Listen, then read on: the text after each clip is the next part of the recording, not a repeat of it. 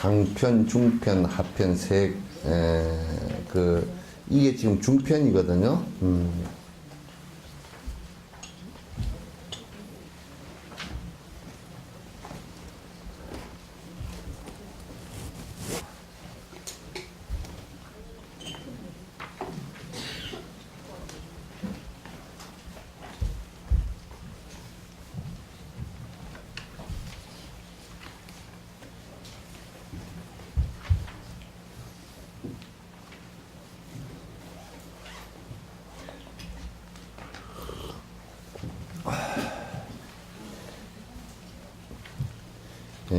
상편, 중편, 하편의 세 가지가 아니라 상중하의 세 권으로 세 가지가 아니고 이제 세 가지 수행차제 그러면 안 되는 세 편.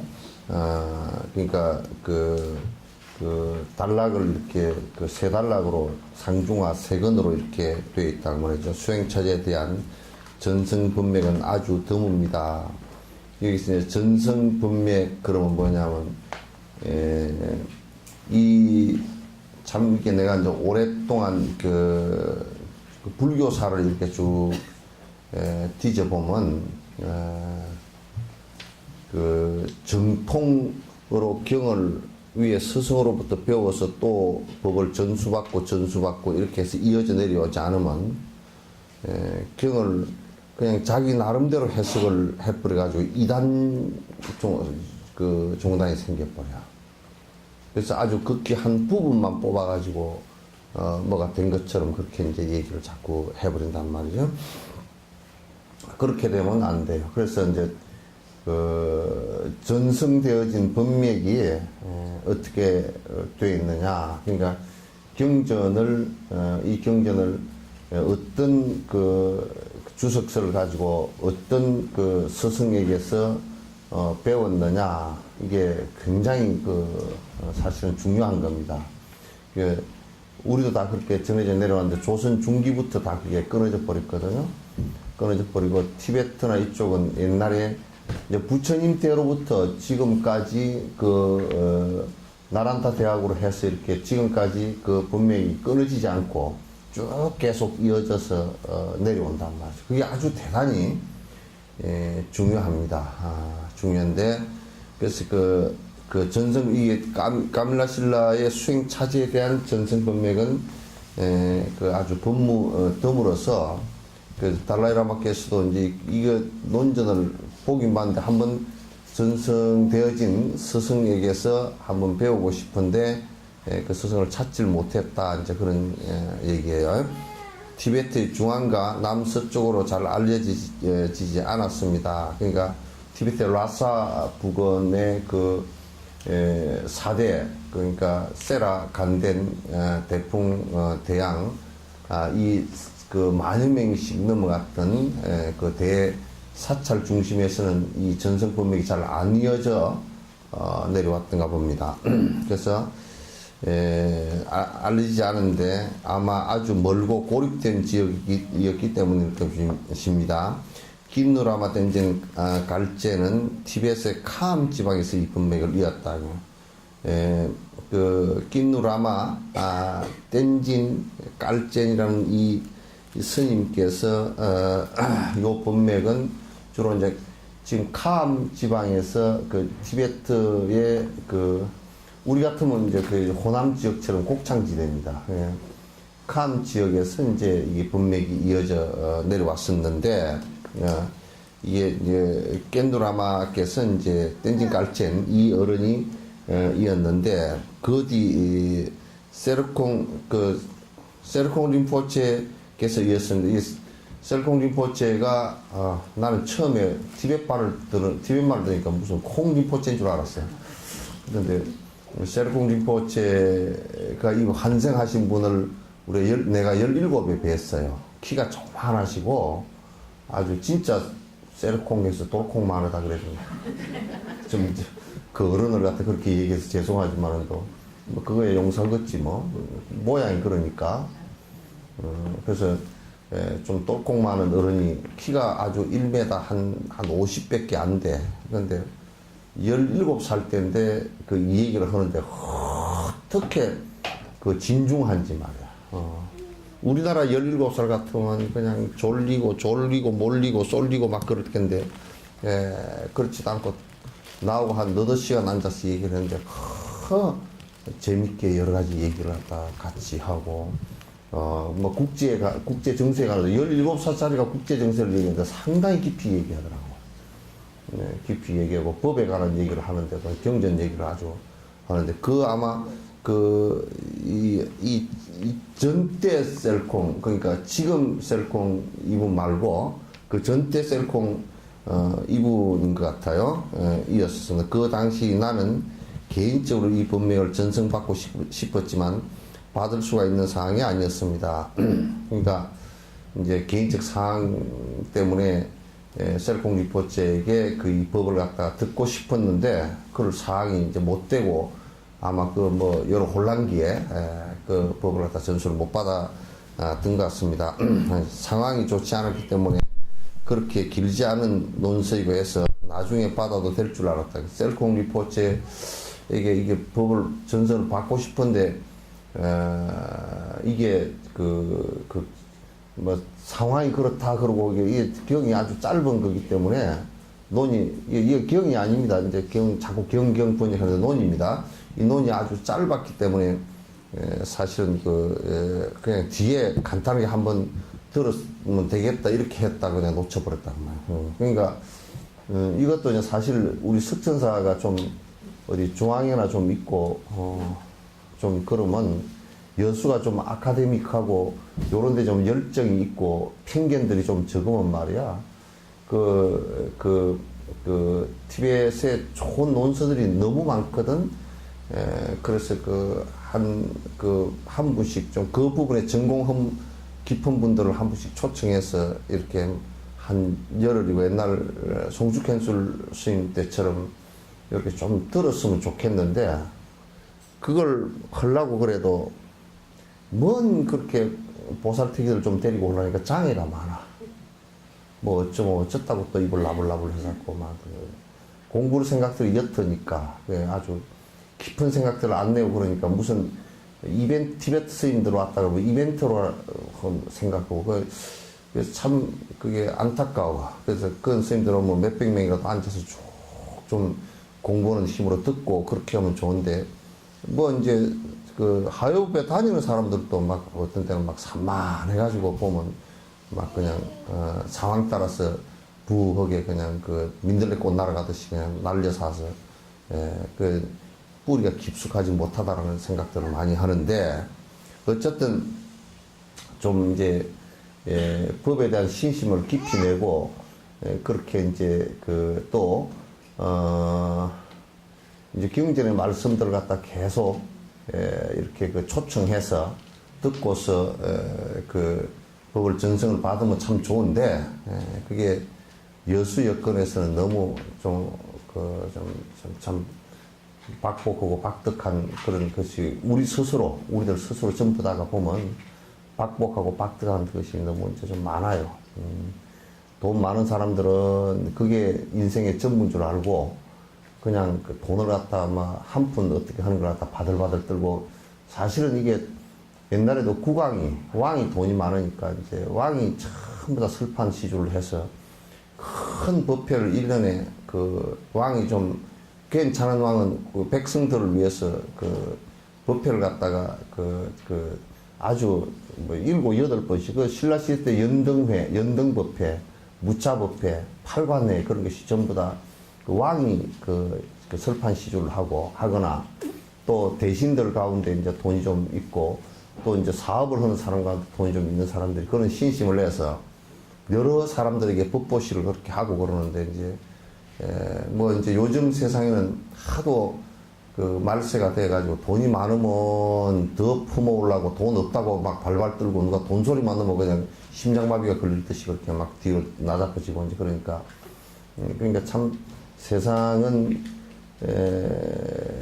진짜 복은 구하지 않고 전부 다 바람 불면 훅 날아가 버릴 그림자 같은 복만 웅크지고 앉아서 나중에 험한 꼴을 당하면 무슨 풍이 왔느니 에롱에롱 하다가 위로나 받으려고 그러다 죽어버리고 그럼 죽어버리면 그게 그렇잖아. 우리가 보면 그 산한덕이라고 해서 이제 뭐 인간으로 태어나기 힘들고 그렇게 했는데 그게 옛날 그 스님들 비유한 건데 태평양 한가운데 바늘 빠진 거는 차라리 찾기가 쉬워도 그 사람 이게 그 만나는 사람 못 만나는 것은 태평양 한가운데 바늘 찾기보다 그게 더 힘든 일이라 그러거든.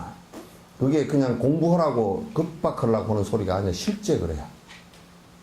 근데 사람 못 받았을 때 그 짐승처럼 욕심을 부리다가 그 싹 그냥 손 펴고 날아가 버리는 모습을 보면 정말 기가 막혀. 기가 막혀서 말이 안 나와. 누가 그러더라? 기가 막히고 코가 막히고 그런다. 그래서 그 이제 항상 그 도에 우선 튀진 못하더라도 자꾸 부처의 말씀을 가까이 하고 자꾸 정진을 하려고 노력을 하면 그게 뒤로는 안 굴러간단 말이야. 그게. 뒤로는 안 굴러가게끔 자꾸 이제 그 해서 뒤로 태보를 안 오고 혼미해지지 않으면 결국은 어느 시점에 도달하면 그 대기만성이 된단 말이야. 이게 뭐 다음 생, 그 다음 생, 그 다음 생이라도 대기만성이 되는데 법에 가장 먹고 살 그러니까 우리가 복을 적게 지으면 자행공덕이 적으면 그 복 적게 지은 그게 그 헐떡거림이 돼가지고 뭐 안 벌면 못 먹고 사니까 공부 못하고 그러니까 우리가 그 복을 적게 지어 놓으면 그 공부하는 것도 그게 전부 다 장애가 와버리고 술을 먹어도 장애가 와버리고 담배를 피워도 장애가 와버리고 노름을 해도 장애가 와버려 다 장애가 와버려. 그러면 그냥 못하는 거라. 그리고 또 요즘에는 그 자꾸 그 헛것을 많이 알아가지고 갓똑똑이들이 돼가지고 뭐라 그러면 꼭 사족을 잔뜩 붙여가지고 온통 시비를 붙고 싸움을 붙고 시비하는 얘기밖에 안 해. 종일 앉아서도 하는 얘기가 그 시비를 죽이는 얘기는 안 하고 시비하는 얘기밖에 안 해. 나는 이제 우리나라 전체가 다 상당히 그런 부분이 있지만 특히 전라도에서는 그 심성들이 뭐 어쩌면 그냥 시비하는 쪽으로 먼저 나가버린 것은 굉장히 안 좋은 거야. 굉장히 그건 안 좋은 거야. 내가 그건 막 터놓고 다 얘기할 수 있는 위치니까 얘기하지만 그건 시비하는 것은 생각을 이렇게 해서 항상 딱 하면 뭐 대화를 하면 벌써 상대를 하면 시비하는 마음부터 팍 일어나가지고 어떻게 하면 한번 뭐 저걸 공격해서 말을 못하게 만들어줄까 그런 생각밖에 안 일어나고 그러면 그건 아주 박복해지거든. 그러면 기억도 안 들어. 그런 심성 바탕에서는 기억도 잘 안 들어와. 자꾸 가라앉힌단 말이야. 그런 건 조심을 다 해야 돼. 심성들이 잘 가라앉고 편안해져야 된단 말이야. 우리나라 전반이 다 그런 셈이라. 그런 셈이라. 그렇게 되면 안 되는 거야. 그래서 대신에 붓돈 린첸투브의 갈라차크라에 대한 주석 등 여러 가지 갈라차크라에 관련된 내용들을 집중적으로 공부하고 있었습니다. 이 갈라차크라는 시륜이라 그러는데 우리 같으면 옛날에 이제 이게 티베트의 스승들께서 법에 안배를 해놓은 겁니다. 다시 얘기해서 이제 내가 여수에 와서 여러분에게 여수 시민들을 위해서 법에 안배를 한 것은 이제 아주 낮은 차원의 법의 안배는 이제 사회복지예요. 그거는 이제 자량공덕의 안배라고 여러분들께서 이제 그걸 그냥 쉽게 이렇게 생각하고 뭐 복지는 그냥 복지인가 보다 그렇게 생각하기 쉽지만은 그렇지 않아요. 그렇지 않아요.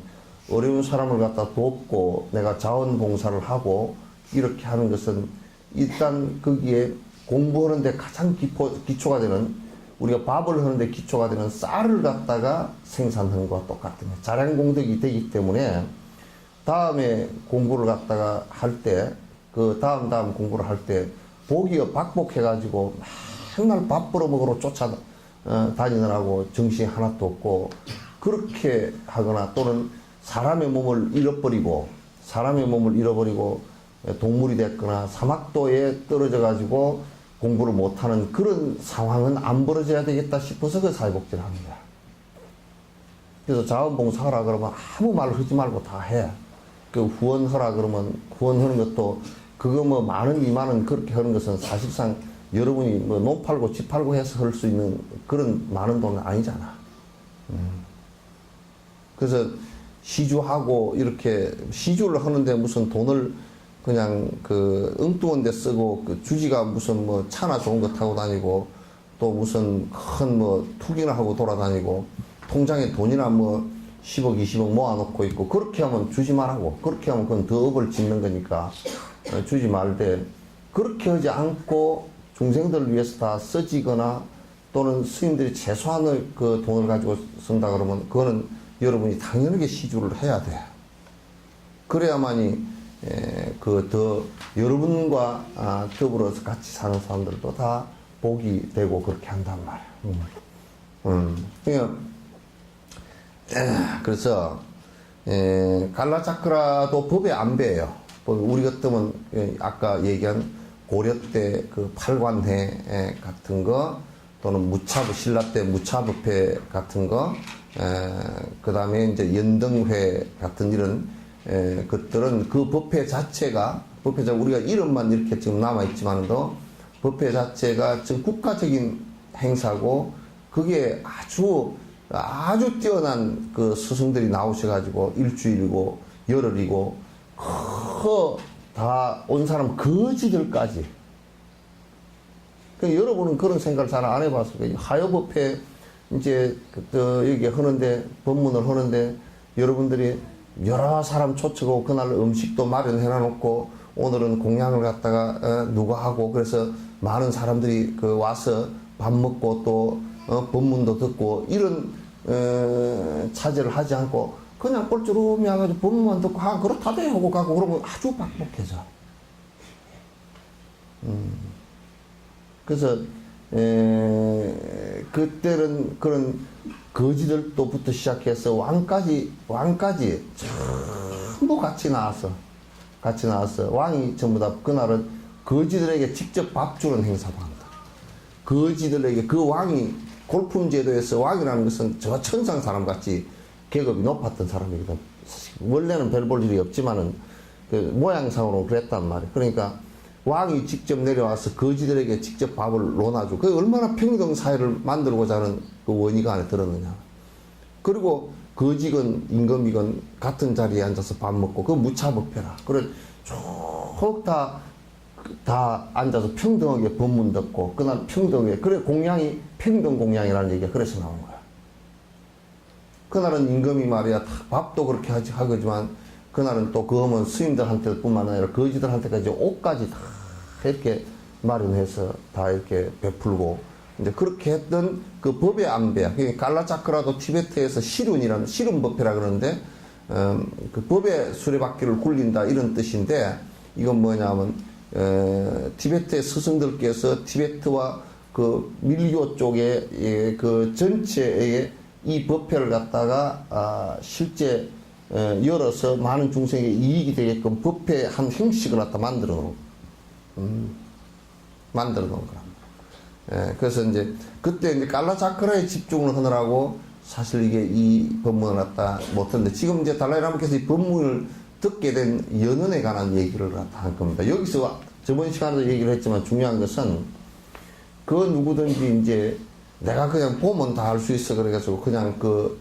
내용을 갖다 그냥 지가 한번 읽어보고 지멋대로 이렇게 해석하는 것은 옳지 않다. 아무리 알더라도 한번 위 스승이 말하는 것을 들으면서 한번 정리를 해서 그 헛된 소리나 잘못된 소리나 빠진 소리가 나오지 않게끔 만들어야 된다. 이게 이제 중요한 겁니다.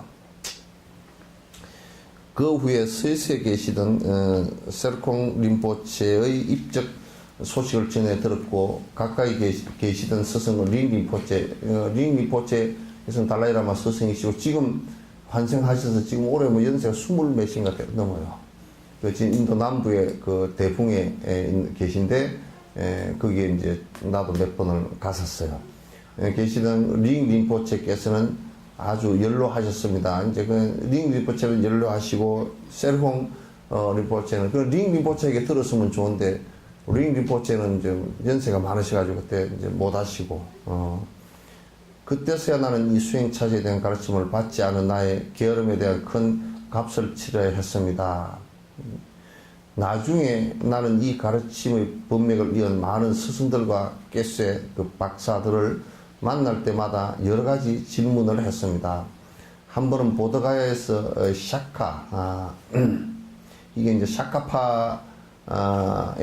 그 이제 닉마, 샤카, 뭐 갤룩 이렇게 네 개 파가 있는데 이게 샤카 이거는 그 상당히 그 좀 뒤에 만들어진 파야. 신파에 속하고 개조는 누구냐면 겐쪽 갈포라는 분인데 그 샤카파의 종파의 성원장이신 상계 땐찐을 만났습니다. 그는 이 수행 차제에 대한 가르침을 라사에서 성지순례를 하기 위해 카암에서 오신 나이든 스승께 받았다. 그러니까 결국 카암에서 이 법이 전수가 됩니다.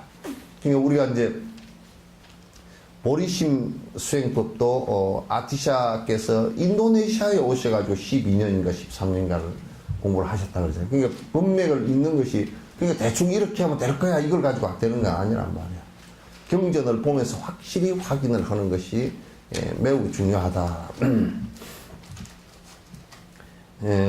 법을 전해드는 얘기를 다 듣고 난 후에 나는 그가 받은 가르침이 깬누라마 땐젠 깔첸으로부터 캄 지방에서 이어진 전통이라는 것을 하게 됐습니다. 이게 이제 아까 이제 맨 앞에 얘기할 때 여기에 땐진 깔첸 이분의 그 법이 있었다라는 것을 전제를 했는데 결국 보니까 나중에 셀콩은 돌아가셔 버리고 링 림포체는 연로하시고 이게 어디서 배워야 되나 하고 이제 보드가에서 깔라차카를 할 때 여러 그 수행 차제에 대한 얘기를 듣고 싶어서 여러 수소문을 하는데 거기에 이제 그 사카파의 그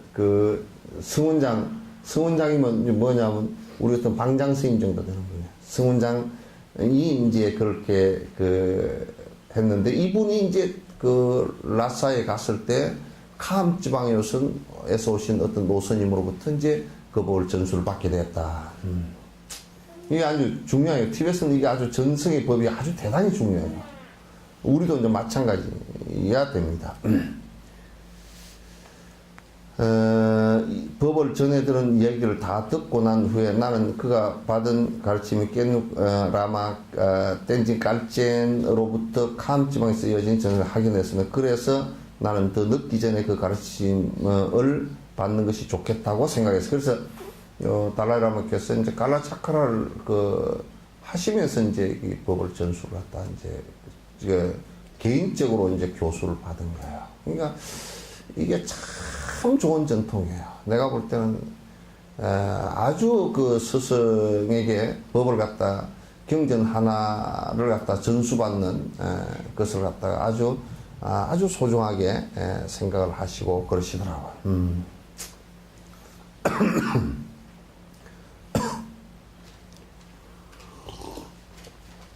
전에는 내가 새로운 경전이나 논전을 시작되면 언제나 스승 린림포체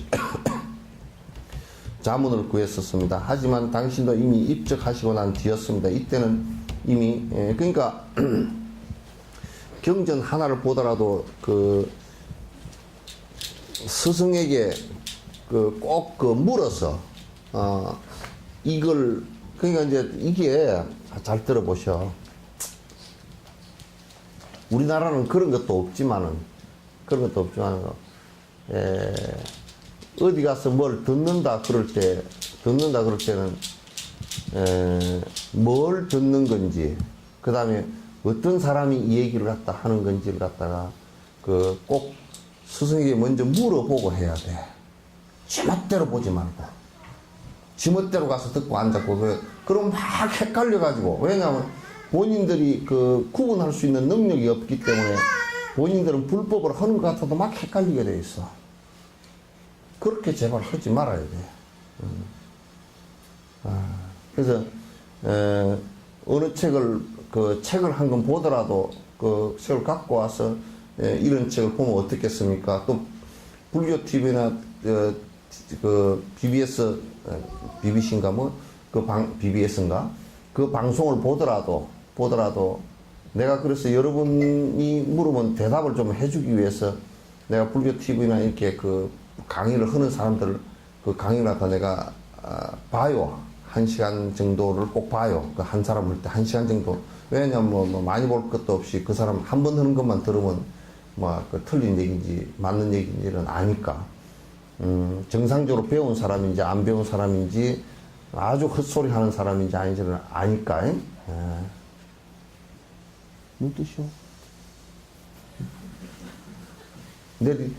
안경 밑으로 내리보고 있는 거예요.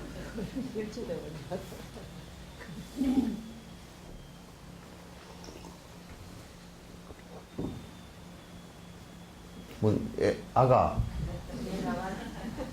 어? 거기 앉았어? 괜찮아? 네가 슬퍼 흘러가는 건 네가 와서 해라. 난 신난다.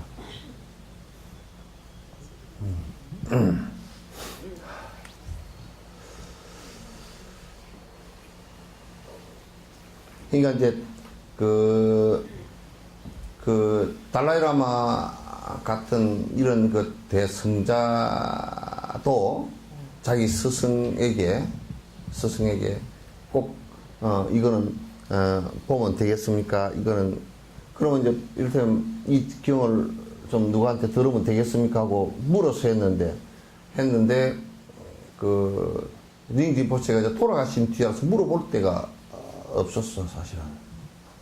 물어볼 데가 없었단 말이에요. 그러니까 여러분 이제 책 보라 그러면 불교책 뭘 봤습니까? 뭐 법정 스님에 서 있는 사람들 봤다 그러고 무슨 정다운 스님에 뭐 봤다 그러고 법륜 스님에 뭐 봤다 그러고 그거 전부 다 말짱황이야. 공부하는데 전혀 하나도 도움 안 되는 것들. 그런 책은 보면 번거롭기만 하고 아주 공부하는데 직접적으로 아무 도움이 안 돼. 배 아픈데 뭐 하고 있는 거냐면 배 아프면 그럼 병원에 가서 뭐 그런 검사를 해봐가지고 거기에 맞는 약을 먹어야 될 거 아니야. 지금 본인은 배 아픈데 마치 개등에 소금 얹고 앉았는 거라고. 개등에 소금을 흩으면 개가 간이 됐디요? 예? 추워서 영하 10도 되는데 걸어가다 발이 시려워서 녹이려고 은발에다가 오줌을 넣어. 그러면 오줌 넣을 때는 조금 따뜻하겠지만 더 얼어버리겠지. 그러니까 그런 것은 그 불교 서적이라고 하는 거 아니야. 그냥 전부 다 안에 시비하는 얘기 외에는 나온 게 없어. 불교는 시비를 떠나는 것인데 시비가 번뇌란 말이야. 떠나는 것인데 그거 떠나는 방법에 가는 얘기는 하나도 없고 뭐 그냥 산에는 꽃이 피고 그리고 꽃 피는데 어쩌라고 그래. 꽃 안 피면 어쩔 거고. 그런 책을 봤다고 뭐 그게 스님 그래도 그게 쉽고 볼만해요. 왜냐하면 지 입에 맞으니까 지 업에 맞으니까 그래. 그게 업이 개떡 같다는 얘기야. 제일 볼만한 책이 무슨 책인 줄 알아? 주식하는 사람은 주식책이야. 그러니까 그럼 지 입에 맞는 그 주식책을 읽어서 무슨 번뇌가 나가나? 그러니까 그거는 경을 한 건 보더라도 이게 그런 시작되기 없는 건 보지 말고 이걸 10번, 20번이라도 읽어.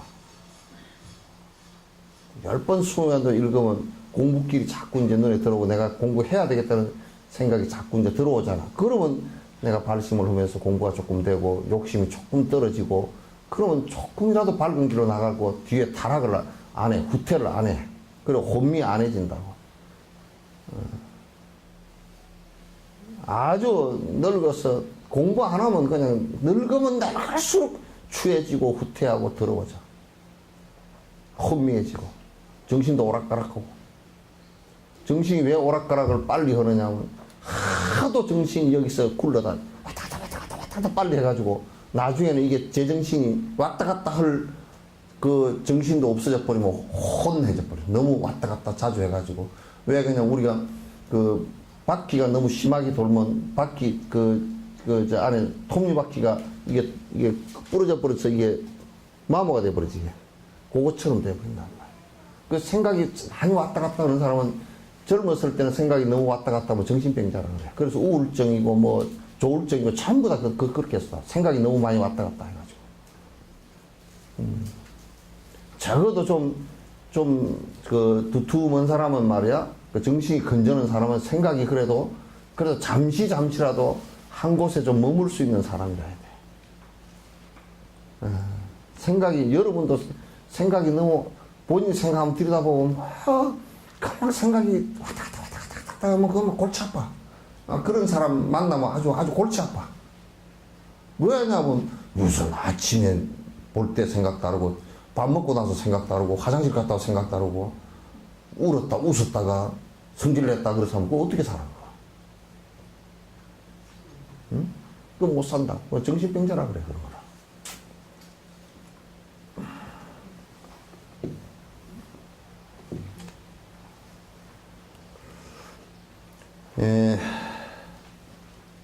너무나 다행스럽고 행복한 일이었습니다. 이제 긴 세월을 가슴에 묻어두었던 법맥의 단절에 대한 안타까움과 양심의 가치에서 저절로 벗어날 수 있게 되었습니다. 이게 티베트 불교의 전성이기 때문에 그래요. 그러니까 스승으로 자격을 갖추는 것은 경전에 대해서 티베트의 전 경전에 대해서 사실은 전성을 받아야 된다는 거지.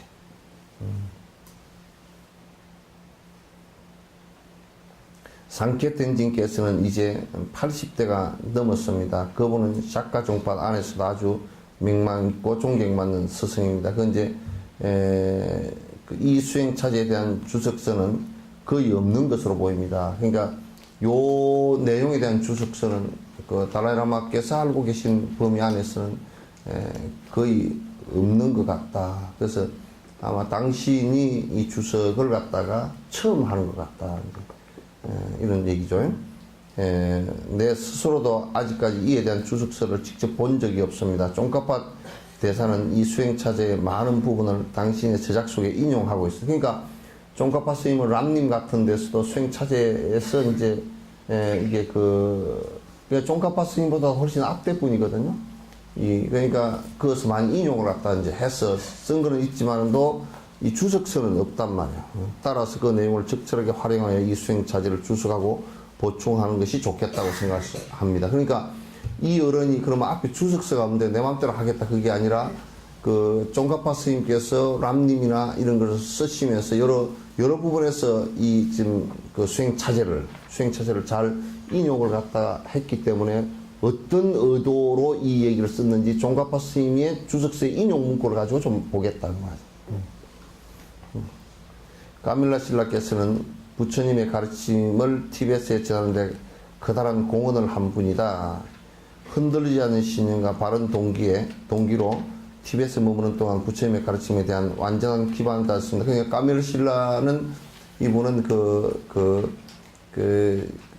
나란타 대학의 성원장이었고 이분이 아주 도인이었어요. 그러니까 티베트에 와서 이제 머무는 동안 티베트의 불법을 갖다 전하기 위해서 최선을 다해서 해주셨던 분이다. 그러니까 티베트의 위대한 법왕 중에 한 분인 티송 덱젠이라는 분이 740년경 7, 8세기 요 사이에 분인데 왕은 아짜리아는 이제 전교사입니다. 그러니까 법을 전하는 요즘 같은 포교사지. 전교사 산타락시타와 구루 림포체, 이신 바드마 삼바바를 티베트로 초청했습니다. 그러니까 이제 7, 8세기행 디송테첸이라는 그 왕이 이제 불교학 3장 박사인 산타락시타하고 아주 또 이게 대선지식이었던 바드마 삼바바를 티베트로 초청했습니다. 이게 참 중요한 일들입니다. 왜냐하면 티베트로 왕이 직접 그냥 인도에다 요청을 할 때 그냥 한 분 보내주십시오 그런 게 아니고 어떤 분은 지적을 했어. 산타락시타하고 그 다음에 바드마 삼바바 이 두 분 갖다가 지적을 해서 그 인도에 요청을 했어요. 요청을 해서 그 대도인이 한번 움직이면 수많은 사람들이 따라서 움직이기 때문에 어떻게 보면 요즘에 그 큰 기업이 수십 개가 그냥 그 다른 나라로 옮겨가고 이건 물질적인 거지만은 정신적인 것이 그 옮겨가기 때문에 굉장히 큰 공백이 생기기 때문에 옛날에 왕들은 큰 스승이 있을 때 바깥으로 잘 안 내보내려고 여러 가지 요청을 하고 못 나가게 요청을 하고 그랬는데 이 티베트 왕은 이렇게 이제 했는데 바드마 삼바바 같은 분도 지금도 그 이제 다람살라 이렇게 가서 이렇게 보면 그 초펠마라든지 이쪽으로 쭉 그 위쪽으로 티베트 쪽으로 옮겨가는 그 점점이 바드마 삼바바의 흔적들이 다 있습니다. 바드마 삼바바께서 이제 수행하셨던 흔적과 집필을 하셨던 흔적들이 다 있고 그래서 이제 그 바드마 삼바바께서 그 저술을 하신 책들이 어마어마해요. 어마어마하고 그런데 어쨌든 이 분들이 가서 이제 그 티베트 불교를 갖다가 이렇게 시작했다. 이들 세 분은 설력의 땅 티베트의 불교의 기반을 다지는데 큰 공헌을 하신 분들입니다. 이분들이 이제 티베트 안에서 이제 아주 완전히 거의 그 불법이 그 정착할 수 있게끔 한 분들이 우리나라 같은 경우는 이제 불법이 정착되게 할 수 했던 분들은 이를테면 신라 삼국시대 때 신라에서 원칙 스님 같은 분은 우리나라에 들어오시질 않았거든요. 그래서 중국에서 돌아가셨어요. 지금도 흥교사라는 절에 그 삼장법사가 가운데 탑이 모셔져 있고 양쪽에 그 규기 스님이고 원칙 스님 양 탑이 이렇게 모셔져 있어요. 모셔져 있고 그 다음에 이제 원효 스님은 그 유학을 가시지 않으셨고 그래서 그분은 어떤 면에서는 독특한 그런 그 이론 체계를 갖다가 자기 나름대로 독특한 이론 체계를 갖다 형성을 했지만은 그러나 이제 한편에서 명료하게 그 전성되어진 불법으로 본다 그러면 조금 옆으로 비켜섰단 말이야. 아웃사이더란 말이야. 그런데 의상스님 같은 분은 확실하게 법의 전성을 갖고서 이제 여러분 보시다시피 이제 법성계라든지 그런 것을 갖다가 써놨는데 법의 전성에 있어서 틀림이 하나도 없는 것이고 그래서 조선시대 때 그 통일신라 시대 때 이제 몇 분의 스승이 있지만 이렇게 외부에서 큰 스승이 오셔가지고 우리들의 거기에 맞게끔 우리들의 그 근기에 맞게끔 큰 법의 안배들을 갖다 해놓은 분들은 없어요. 우리나라 분들이 가가지고 공부를 하고 와서 이제 했는데 그러니까 힘이 이 양반들 바드마 삼바바나 이런 사람들이 티베트 전역에 일괄적으로 확 폈던 법하고는 달라서 그래서 막 종파가 많고 자그마하게 종파가 많고 그래서 이제 시끄러움이 많으니까 또 뭐 합했다가 성교 양종으로 했다가 또 뭐 원종으로 했다 합했다가 이제 막 그냥 뒤죽박죽이 된 경우가 많아요. 그래서 큰 스승들이 원력을 가지고 이렇게 하신 분들이 좀 적은 편이에요. 이제 고려 때는 보조국사가 했는데 그것도 이제 그 전국을 갖다 커버할 정도 힘이 안 됐어요. 전국을 커버할 정도의 힘은 되질 않았고요. 그런데 이런 분들은 이제 원력이 크니까 전 티베트 전역이 그때 티베트 전역이라는 것은 뭐냐면 지금 중국의 스촨성 그다음 칭하이성 이쪽 그 티베트 본토 이쪽에 전부 다 지금 네팔, 부탄, 시킴, 따왕 이쪽으로 전부 다예요. 전부 다이기 때문에 굉장히 광대한 지역에 불법이 전달되어질 수 있게끔 이렇게 이제 하셨다고 말이죠. 밀법을 포함한 완전한 형태의 불교가 이분들의 협력으로 인해서 티벳의 완전한 형태로 자리 잡게 되었다. 그 밀교들 같은 경우도 이제 흔히들 사람들이 이제 밀교는 부처님께서 설법하신 게 또 아니다 이렇게 얘기하는 사람이 좀 그렇지는 않아요. 왜냐하면 왜냐하면 밀교 같은 경우도 그 법이요, 밀교 경전이 있거든요. 그러니까 부처님께서 직접 설한 경전이 있어요. 밀교가. 그러니까 경전이 범어로 그대로 다 되어 있다고요. 그래서 이거는 뒤에 편집된 게 아니고 부처님께서 하신 건데 뒤에 이제 조금씩 다른 방법들이 조금씩 포함되어진 것은 많이 있을 수 있어요. 근데 이제 이 밀교 같은 경우도 이제 이 빠드마 삼바바나 이런 분들이 완벽하게 밀교 법도 이 금강성이라 그러죠. 그래서 그 티벳에 전수를 했다. 아짜리아 산트락 식당은 불교가 티벳에 자리 잡는 동안 불교의 이론적인 해석과 이해에 대한 오류가 생길 가능성을 미리 보았습니다. 그러니까 산트락 식당 같은 이런 그 대어른께서는 보면 이게 티베트에서 불법을 왜곡시킬 가능성이 많다 이렇게 본 거야. 그러니까 이제 중국 같은 경우도 참 그런 거 보면 나 재밌는 게 구마라즈 번역하고요, 현장 번역하고 번역이 달라요. 미세한 부분에서 달라요. 구마라즈는 지금 어디냐면 구마라즈 이분도 실제로 지금 파키스탄, 아프가니스탄 이쪽이죠. 주로 파키스탄 그쪽 분이에요. 구마라즈. 그러니까 이분은 인도의 대성불교, 나란타작 대성불교를 그대로 전수받아서 구마라즈이 중국에 들어와서 번역을 했어요. 그러니까 인도 불교를 최대한 살리려고 노력을 했죠. 근데 이제 현장 스님은 인도 불교를 살리는 것도 중요하지만 중국 사람들이 이해할 수 있게끔 하려고 했어요. 그러니까 이제 이를테면 여러분이 이제 반야신경에서 색적시공 그러잖아요. 그죠? 오늘 미세한 차이가 그냥 두리뭉실하게 이게 그거고 거기다 그러면 별로 그냥 미세하게 구분은 안 하지만 여기에 공에 색적시공할 때 공이라고 하는 거고 공성이라고 하는 건 달라요. 분명히 글씨 자체가 다릅니다. 글씨 자체보다 안에 이 말이 포함하게 있는 내용이 다릅니다. 공이라는 것은 그냥 비었다라는 뜻이고요. 공성이라는 것은 빌 가능성, 그 성질 자체가 비었다라는 뜻이에요. 그렇기 때문에 반야신경에서 얘기할 때 색적시공 그러잖아요. 그죠? 근데 범어를 보니까 색적시공성이에요. 그러니까 우리는 지금 그게 뭔 차이가 있다냐 그렇게 얘기하겠지만 차이가 커요.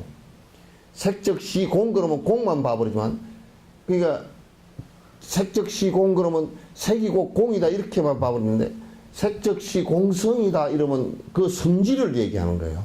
그러니까 다시 얘기해서 소나무가 하나 있으면 소나무의 성질 자체가 본래 있는 것이 아니다 이렇게 되겠다.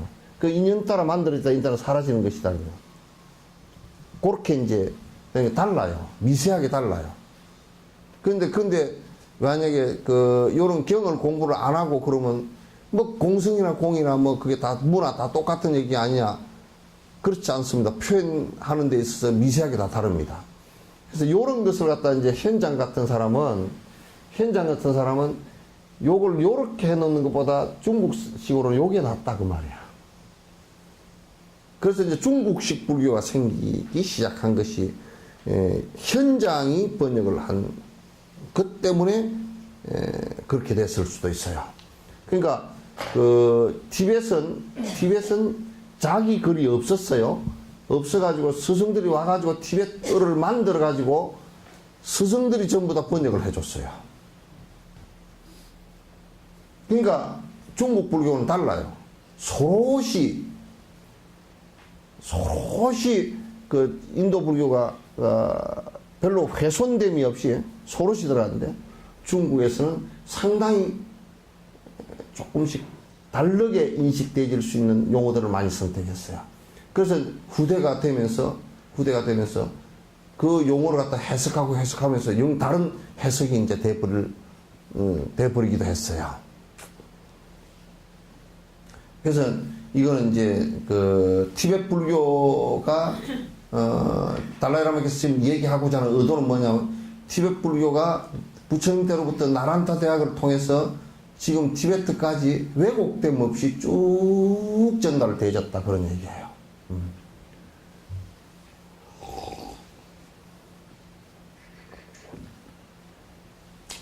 그래서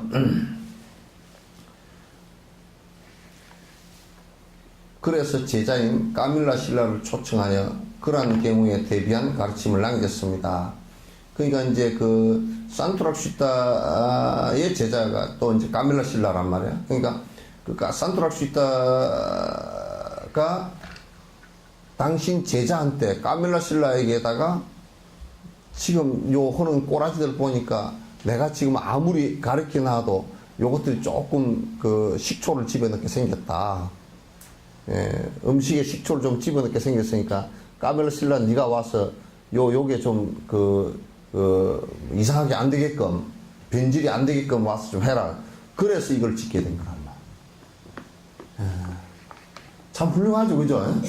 스승의 안목대로 그러니까 티베트 불교가 탄탄해져 버린 거야.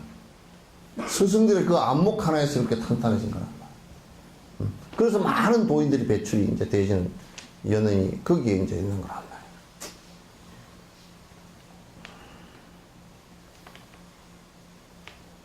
이게요, 용어 하나를 잘못 해석을 해버리잖아요. 그러면, 여러분 이제 우리가 말 이어가기 하잖아요. 그죠?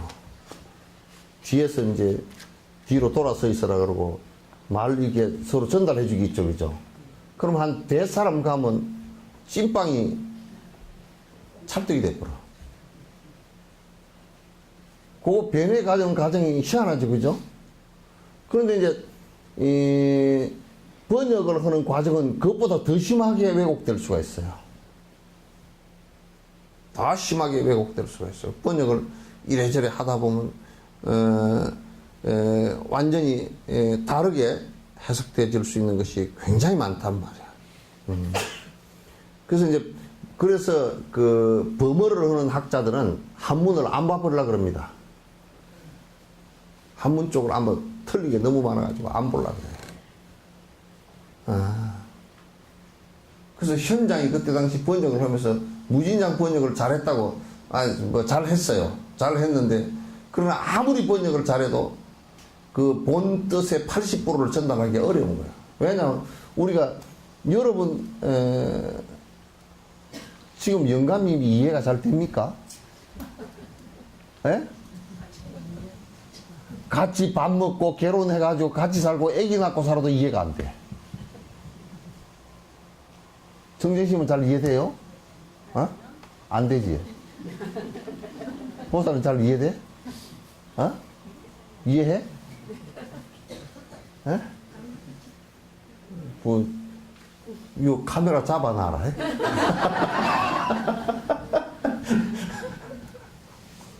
진짜 잡는다. 그러니까 같이 밥 먹고 결혼해서 같이 사는데도 이해가 안 되죠, 그죠? 근데 그것보다 더 광대하고 화려한 관습과 오랜 개념 이런 것이 중국 황하 문화하고 인더스 문화 두 개가 이렇게 만났는데 이쪽에서 이쪽을 이해하고 또 이쪽에서 이쪽을 이해한다는 것은 쉽지가 않아. 근데 희한하게도 중국 문화가 내가 볼 때는 더 약했던 것 같아. 왜 그러냐면 꼭 여기 물 같아가지고 문화나 사상과 철학은 강한 쪽에서 높은 쪽에서 낮은 곳으로 흘러요. 근데 중국 문화가 인도로는 안 들어갔어. 중국의 도교를 갖다가 가가지고 포교를 하고 거기에 도장경을 번역을 하고 그 안에 왜냐면 왜 안 하느냐? 도교 같은 거는 꽉 찼으니까 그 안에 인도에 안 했어. 유교도 인도 사람들이 유교 같은 것도 꽉 찼으니까 안에 내용이 꽉 찼어. 다 있어. 다 있으니까 안 돼요. 그거 안 된단 말이야.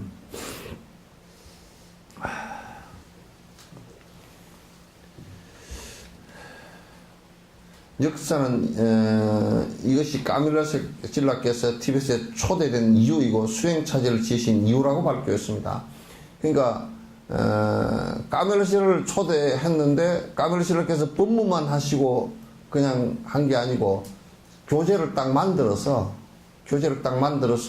그걸 갖다가 그냥 쭉 가르쳐서 그 뒤에 제자들이 또 까밀라 신라 제자들이 티벳 제자들이 쭉 이어서 이제 교수가 되어서 가르쳤다 그 말이에요.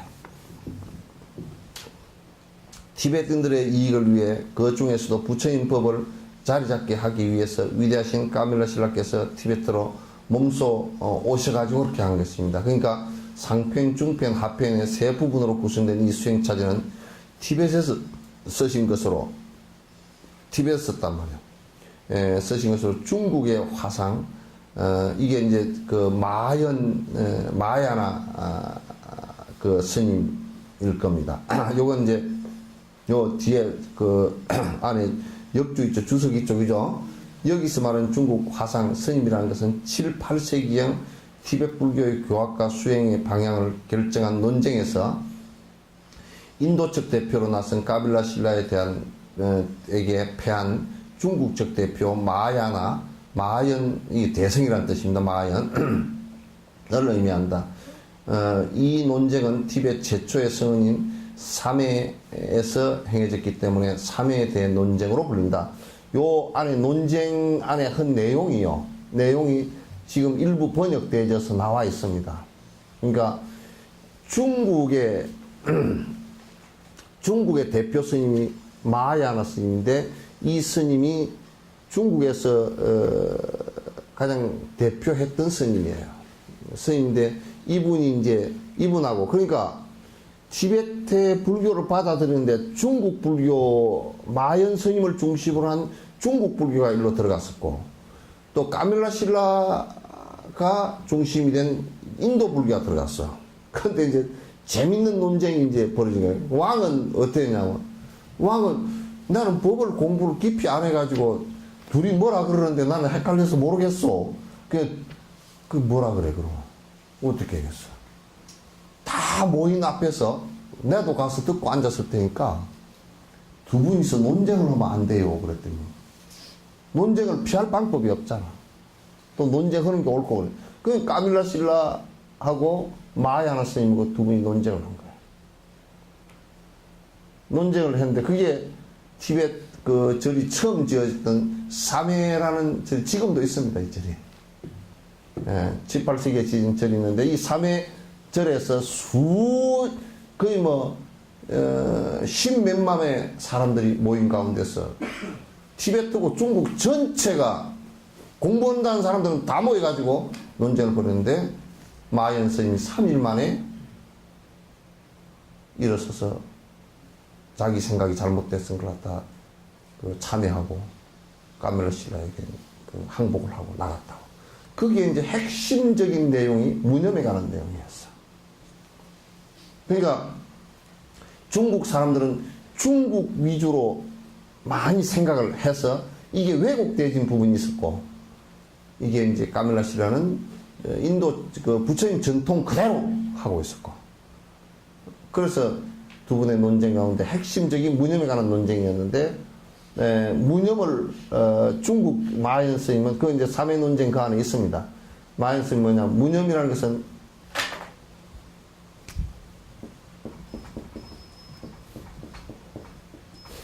무념 그러잖아. 무념이라는 것은 요 그대로 견성은 생각 없음 그렇게 이제 이라고 생각을 했다면 마하연 스님이 그 말 그대로 생각 없음이잖아요. 그죠?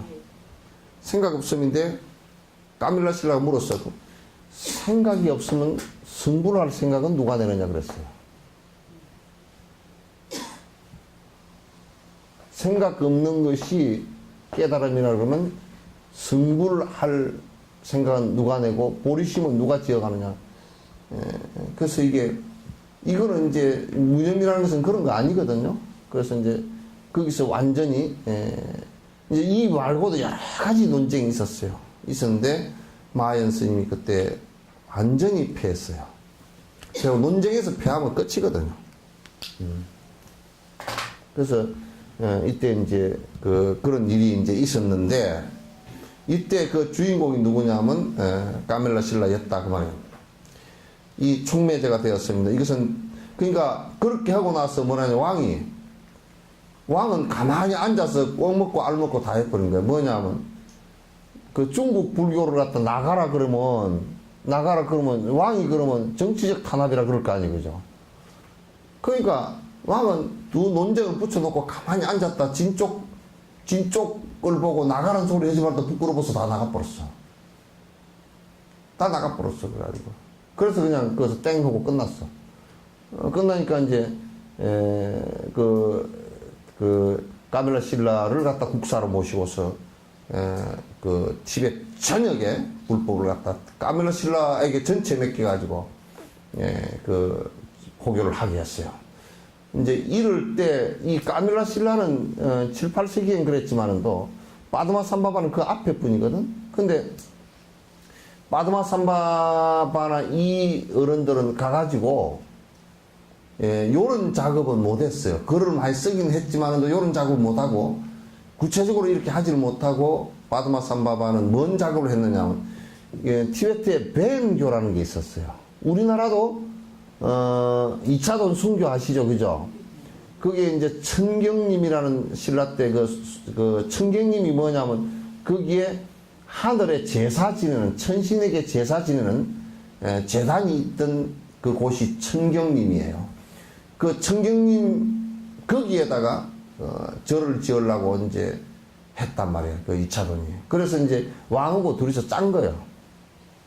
그러니까 왕이 이제 어쩌고 저쩌고 그 2차돈이 그 천경님에다 절을 지으려고 나무를 뺐다 그러니까 그 저놈 죽여라 이제 그렇게 그러니까 2차돈이 그럼 내기를 합시다. 내 목에서 피가 나를 치면 피가 나오는데 붉은 피가 나오면 불법이 아무 별 볼 일이 없는 것이고 하얀 피가 나오면 그 왕께서 그 불법을 갖다 믿어줘야 될 거 아니냐. 이 차돈이 가만 보니까 대보살이라 아주. 그리고 이 차돈은 이제 죽을 각오를 하고 불법을 위해서 이제 순교를 각오를 한 거야. 그러니까 사형을 집행하는데 목을 치니까 하얀 피가 폭 솟구친단 말이야. 신라 사람들이 그냥 전부 다 반대했던 사람들 싸늘해져서 아무도 말을 못했어. 그래서 2차돈 순교 이후에 불법이 이제 일어나기 시작을 했어요. 그러니까 이제 바드마 삼바바 같은 경우는 갔는데 티벳에 벤교라는 게 있어요. 벤교라는 것이 굉장히 신에 대한 아주 철저한 그 믿음을 갖고 있었고 그 사람들이 무슨 뭐 주술을 해가지고 뭘 갖다 신통력을 부리고 막 그래서 하는데 근데 이제 바드마 삼바바는 그 사람들을 전부 다 제압해버렸어요. 신통력으로 제압을 해버렸어요. 그 뭐 곳곳에 바드마 삼바바가 신통력 부린 곳이 꽉 찼습니다. 그러니까 꽉 차가지고 벤교가 신통력으로 싸우다가 그냥 바드마 삼바바한테 전부 다 졌어요. 그래서 이제 그래서 그네들이 그 왕에게 주청을 하기를 불교를 그냥 보호하고 호지하고 살 거니까 우리는 작은 산에서 좀 살게 해주라고. 그래서 지금도 이제 그대로 유지를 하고 있거든요. 벤교 거는 사람들이. 지금도 이제 티벳 그쪽은 그런 그 습성이 강합니다. 바드마 삼바바는 그렇게 티벳에게 그 이익을 줬고 또 까밀라 신라는 교학적으로 완벽하게 순수한 부처인법을 갖다 전달을 해서 티벳이 지금의 아주 전 세계에서 가장 온순하고 가장 법이 깊고 가장 도덕적이고 가장 도에 밝은 스승들이 이제 많은 그 원인을 거기서 이제 만들었단 말이죠.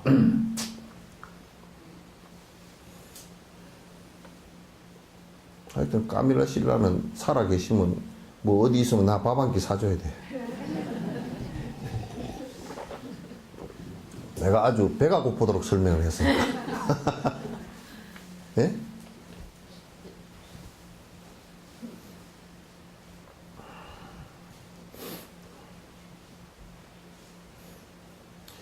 아짜리아 정교사 까밀라 신라께서는 그들의 잘못된 견해에 대한 모순을 확실히 제거하기 위해 이 논서를 지었습니다. 그러니까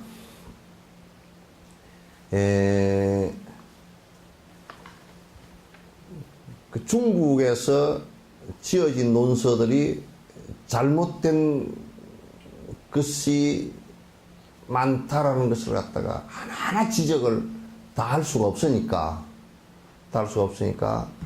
그러면 옳은 것이 어떤 것이냐를 갖다 쫙 펼쳐놓으면, 그죠? 그 여러분요, 다이아몬드를 인조 가짜 다이아몬드만 잔뜩 갖다 놨을 때는 진짜인지 가짜인지가 구분이 안 돼요. 가짜만 있을 때는 진짜인지 가짜인지가 구분이 안 된다니까. 진짜를 하나만 갖다 놓으면 나머지가 전부 다 가짜가 돼. 그죠? 여러분이 나름대로 잘생겼다고 화장을 하고 왔어도 여기다가 소녀시대 한 애만 갖다 놓으면 전부 다 그죠? 예? 젊고 이쁜 뭐 소녀시대만 하나만 갖다 놔도 그냥 싹, 아이고 우리는 늙었구나, 우리는 피부가 왜 이 모양이냐, 우리 머리가 하얗구나, 뭐 그냥 싹 다 드러나듯이 그만 이 저술, 까멜라 신라의 저술만 딱 보면 나머지가 그냥 아 이건 잘못됐구나, 기준점을 이게 뭐냐 바로메타를 만들어 버린 거예요. 예.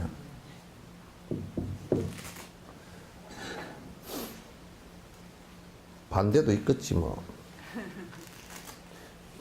다 소녀시대 사이에다가 그 가짜를 하나 갖다 끼워 놓으면 더 못생긴 게 드러나 버리잖아. 어?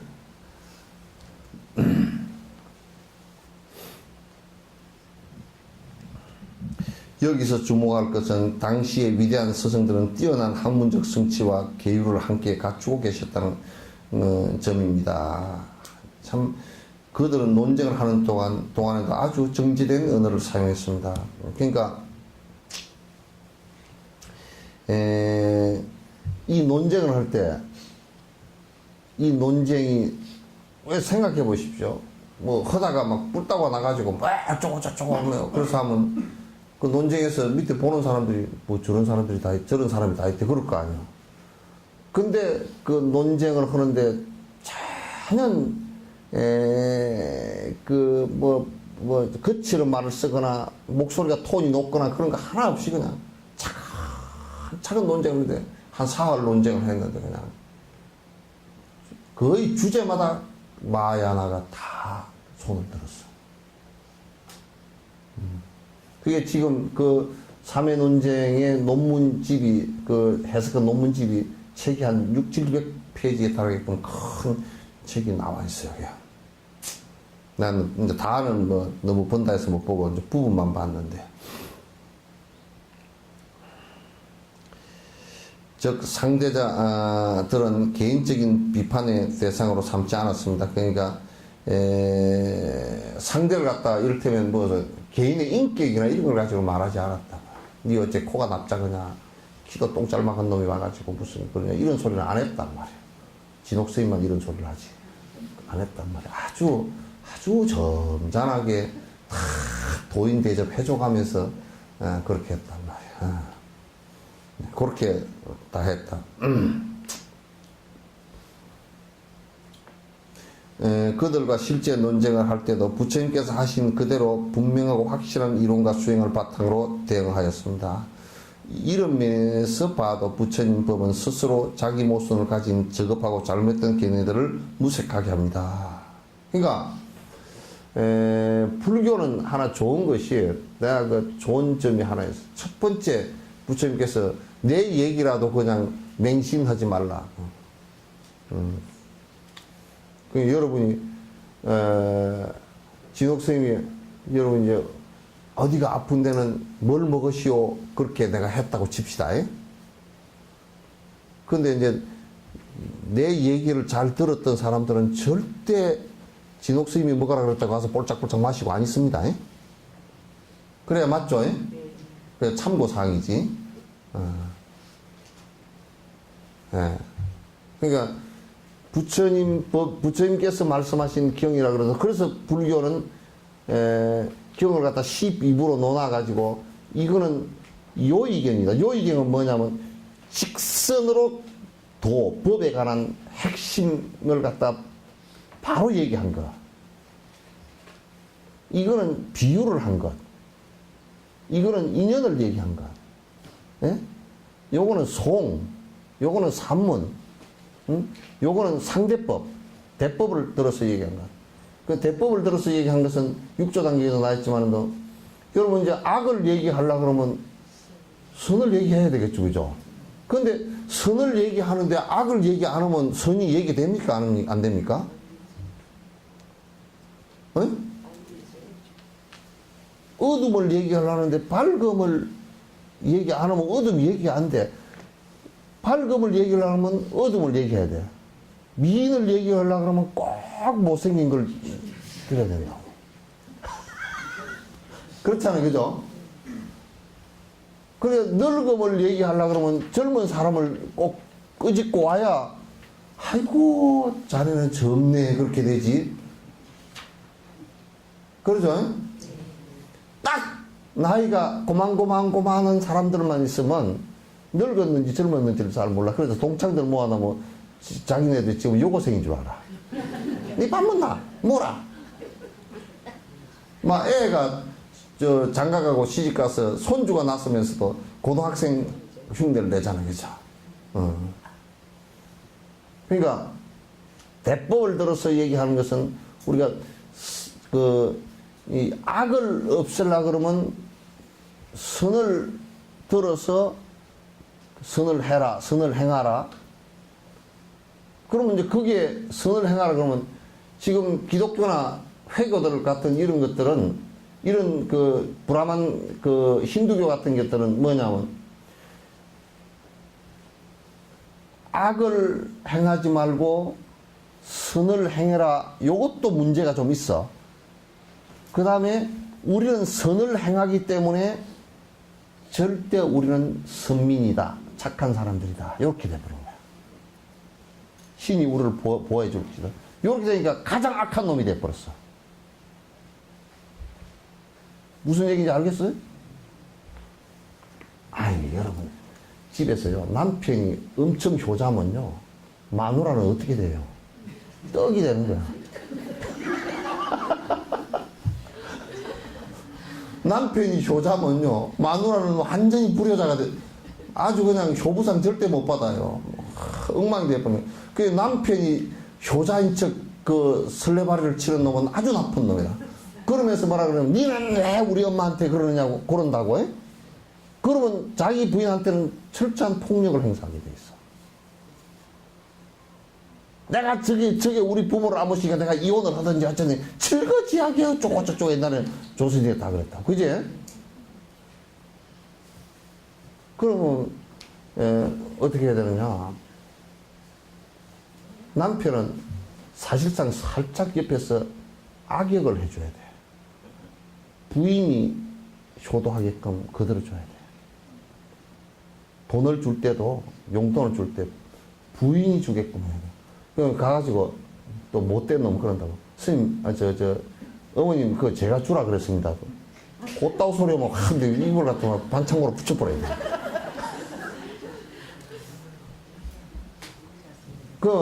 아이고, 애기 엄마가 용돈을 주더라.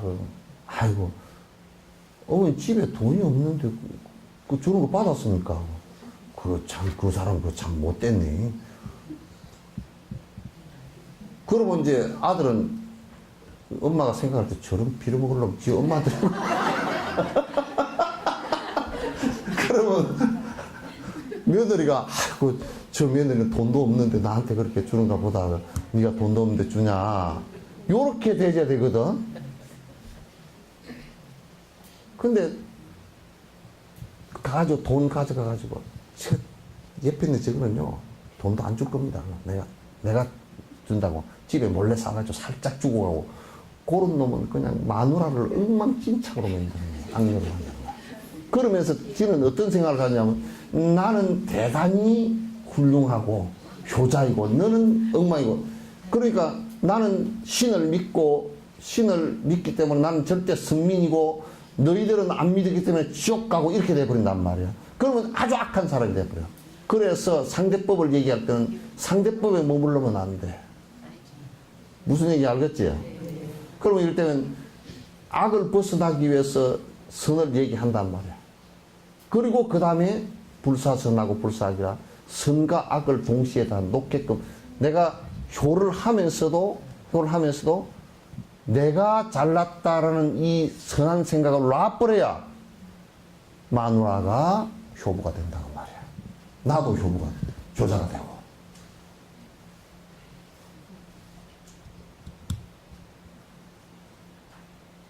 그건 또 그걸 또 마누라가 알아채야지.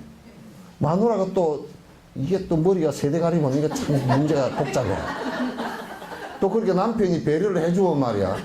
가가지고 남편을 살려줘야 되거든. 살려줘야 되는데 아이고 네가 돈 가져왔냐 그래. 예 어머님 제가 그냥 그 애기 아버하고 뭐 상의도 안 하고 그냥 가져왔습니다. 그러면 안 돼. 아닙니다. 애기 아범이 안 갖다 주면 그냥 꿀밤을 한 대 줄 것 같아서 얼른 갖고 왔습니다. 애기 아범 건 겁니다. 그럼 엄마는 이제 아범이 했나? 며느리가 했나? 그러면 이제 양쪽 다 균형이 잡혀버려. 그렇게 되겠죠? 예? 양쪽 다 균형이 딱 잡혀. 그게 이제 사실상 중도라. 낮은 차원의 중도란 말이에요. 그래서 이제 부처인법은 상대법을 얘기해서 절대 들어가게끔 만들어주기도 한다고. 그럴 때는 상대법 얘기인 걸 가지고 시비를 걸면 안 돼. 부처님은 그런 여러 가지를 갖다가 설법을 하여서 비유한 걸 가지고 또 진짜라고 믿으면 또 더 안 돼요. 에? 비유한 걸 가지고. 에? 그러니까 경을 얘기할 때는 이거는 비유구나, 이거는 인연의 얘기구나, 요거는 상대법의 얘기구나, 요거는 절대법의 요의법의 얘기구나. 이걸 다 12부 경을 갖다 12부로 나누어서 구분하기 때문에 불교는 착각을 안 해. 그래서 이제 우리가 도성국사 어머니가 그만 아기를 가졌어. 어머니가 아기 가졌으면 괜찮은데 미혼모야. 아직 결혼은 안 했어. 근데 약혼자라도 있으면 괜찮은데 약혼자가 누군지도 없어.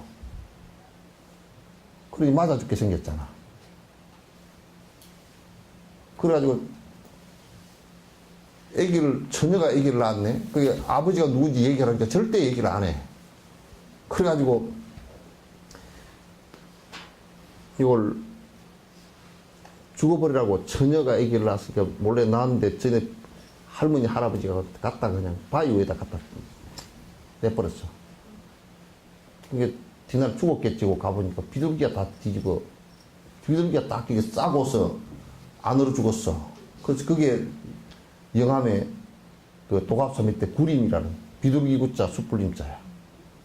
구림이라는 데야. 근데 뒤에 이제 도성국사가 출가를 해가지고 대도인이 됐잖아요. 돌아가신 뒤 제자들이 비문을 써. 우리 스승께서는 사생아로 태어나서 이렇게 쓸 수가 없잖아. 그렇게 쓸 수가 없잖아, 그죠? 우리 스승께서는 어머니가 바람을 피워가지고 사생아로 태어나서 했는데 어릴 때 그냥 죽으라고 바위에다 던져놨는데 겨우 살아나가지고 그냥 눈물을 흘리고서 출가를 해서 뭐 이렇게 쓸 수가 없잖아요, 그죠? 그러니 이제 어머니가 채씨라. 그래서 아버지를 몰라가지고 그냥 성도 채씨야. 어머니 성을, 우리나라 어머니 성을 따른 사람 스님이거든. 그러니까 비문에 뭐라 써놨냐면, 모친께서 빨래를 하러 물가에 나갔는데 오이가 하나 떠내려와서 먹었더니 임신을 했도다.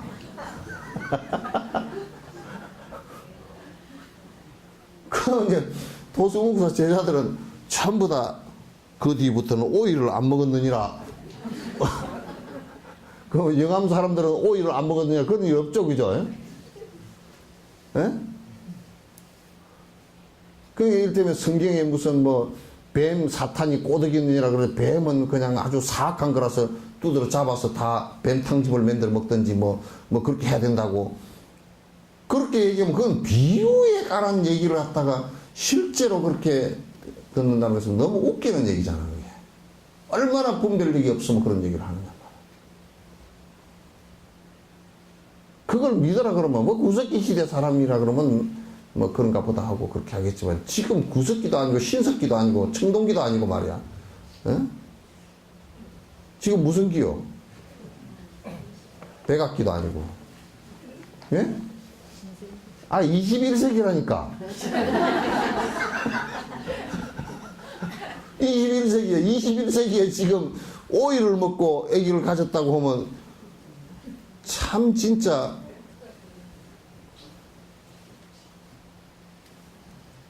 불교 안에도 그 스님들 얘기가 그런 얘기들이 들어 많아. 그래서 성은 채씨라 그러는데 조선시대 때 가만 따져보니까 성이 채씨라 그러니까 어머니 성이 채씨인데 뭐 또 같은 채씨끼리 결혼했나 본 게 없으니까 그러니까 도수목사 조선시대 때 맺는 비문에 성을 빼버렸어. 그런 거예요. 예? 그래서 비유는 비유고 인연은 인연이고 상대법은 상대법이고 그렇게 해서 이제 설명을 다양하게 하는 것에 거기에 말에 쏙지 말아야 돼. 그게 뭘 하기 위해서, 뭘 가르치기 위해서 그렇게 했나, 그걸 갖다 잘 들어야 된단 말이에요.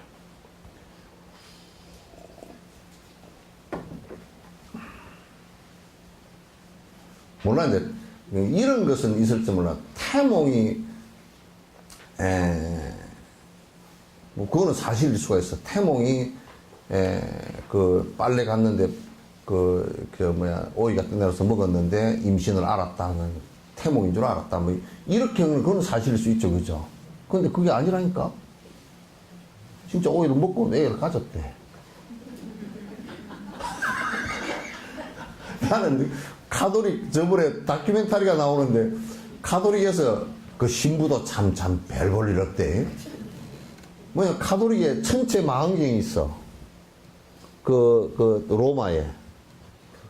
바티칸에 왜 그렇게 하느냐면, 이 우주가 하느님이 창조했다는 증거를 찾기 위해서 이게 지금 이거 보고 앉았다는 거야. 흘릴 대게 없다. 아마 그 양반 그 허블 망원경을 허블나게 크게 만들어서, 공중에다 올려놓고 수천 년을, 수만 년을 갖다 관찰하더라도 증거를 못 찾을 거야. 왜? 오이를 먹고 아기를 가졌다라는 증거를 찾으라 그러면 유전공학 아니라 뭐 벨루무 공학을 다 갖다 붙여놔도 못 찾아. 그냥 차라리 도성국사가 사생하다 그런 게 낫겠죠? 훨씬 그게 빠르잖아. 더 정확하고. 아이고, 참.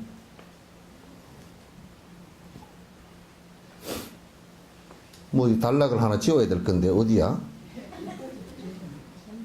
응?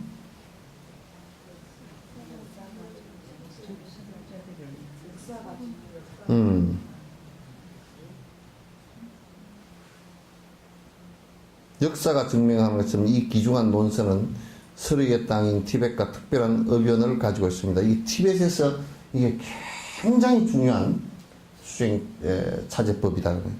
저자의 까말레 신라께서 티벳에 베푼 한량없는 공덕은 말할 것도 없이 너무나 큰 것입니다. 그러니까 이런 공덕을 하나 베풀어 주는 것은 너무너무 진짜 참 고마운 일이고 감사한 일이죠.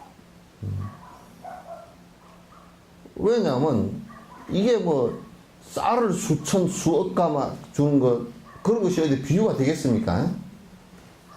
정신적인 우리의 깨름을 갖다가 주고 우리의 행복을 줄 수 있는 구체적인 방법을 갖다 제시해 준 것인데 뭐 쌀 그까지게 뭐 금이 뭐고 그게 무슨 보석이 뭐겠어요? 그런 것은 전부 다 타락시키는 건데 타락시키는데 하지만 역사는 티베트인들이 그에 대한 고마움을 제대로 알지 못했었다고 전합니다. 티베트 사람들이 그 고마운 줄 잘 몰랐어. 근데 진옥스님도 죽고 나면 고맙다고 생각할 사람이 있을런가 모르겠어. 아이고 그 양반 맨날 공부하라고 달달 볶더니 잘 갔다 그러래.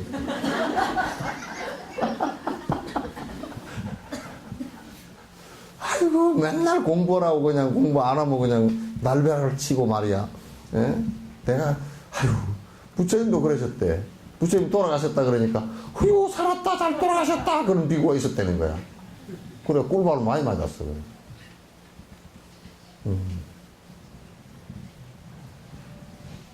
아마 진옥스님 죽었다 그러면 이게 이 까멜라시라도 가서 그렇게 고구정령했는데 티베트 사람들은 멍했는가 봐. 그런데 한참 지나놓고 보니까 이 양반이 보통 우리한테 큰 일을 한 게 아니구만 이렇게 된 거야. 그러니까 사실은 가까이 있을 때는 잘 모르는 거라, 그죠? 여러분 영감도 아무리 뭐 찌글찌글해서 죽고 나면 그래도 서운해 할 거예요, 그죠? 예? 안 서운할까? 예? 아이 집에 개 가지고도 아 걔는 꼬리를 쳐서 이거 그러지 영감은 과 함께 객질러가지고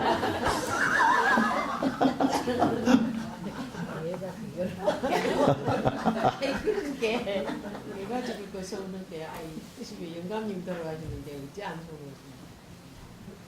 서우지? 참 착한 마음이네. 그런데 영감 죽은 데 와서 막 간만 두들고 그냥 성질만 내는 사람도 있던데.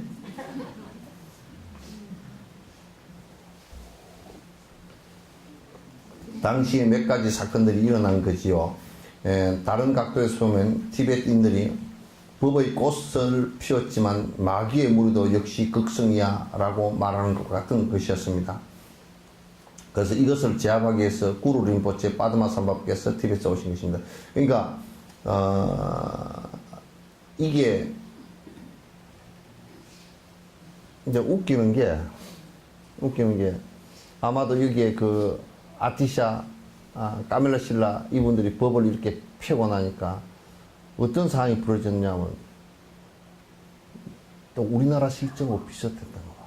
지금 하여튼 구들은 사람 다 부처님 모시놓고 합니다. 앞산 뒤산 사랑 대신 뚱땅 뚱땅 뚱땅 뚱땅 옆산 뭐 옆구리산 사랑 대신 뚱땅 뚱땅 하는 사람들이 전부 다 부처님 모시놓고 합니다. 그래야 뭐 하여튼 풍선 달아놔도 부처님이고 뭐 전부 다 또 그 점집 이름이 무슨 보살집 그죠? 무슨 보살집 또 뭐 하여튼 무슨 절 또 이름 붙여놓고 무당도죠. 그랬어요. 무서운 형태로. 나는 보살. 어저께 여론조사 했는데 새누리당 30 몇 %, 또 뭐 안철수 신당 뭐 몇 %, 또 민주당 몇 % 그렇게 나오더니 무당파 몇 %. 무당파가 아니라 나는 무당파가 우리나라 불교보다 무당파가 많구나. 그게 21%가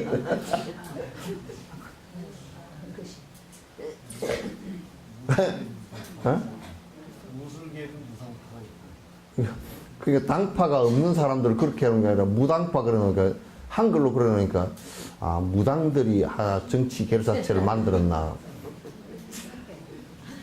그러니까 티베트 안에 이제 뭐가 있냐면 불법이 막 이제 전달돼지니까 그게 굉장히 좋으니까 이제 뭐라고 하냐면 전부 다 그것을 의지해서 먹고 살라 그런 거야.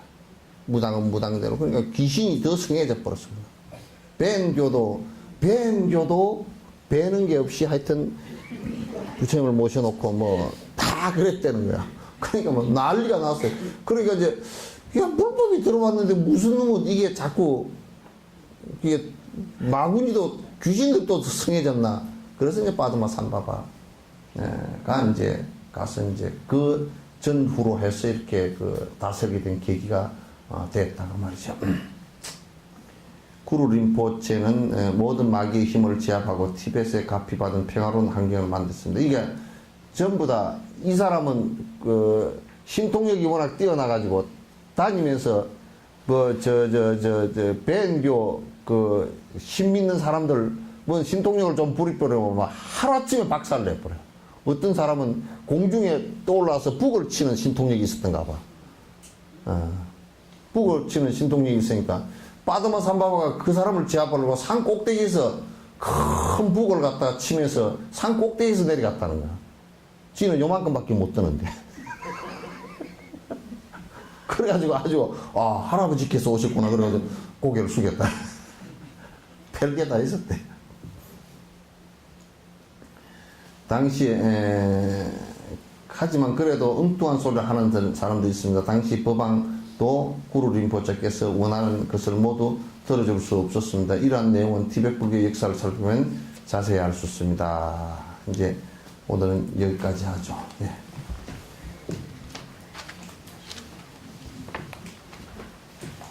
요거 이제 전부 다 아이고 기회가 얼마 안 남았는데 빨리 했으면 이건 전부 다 이제 그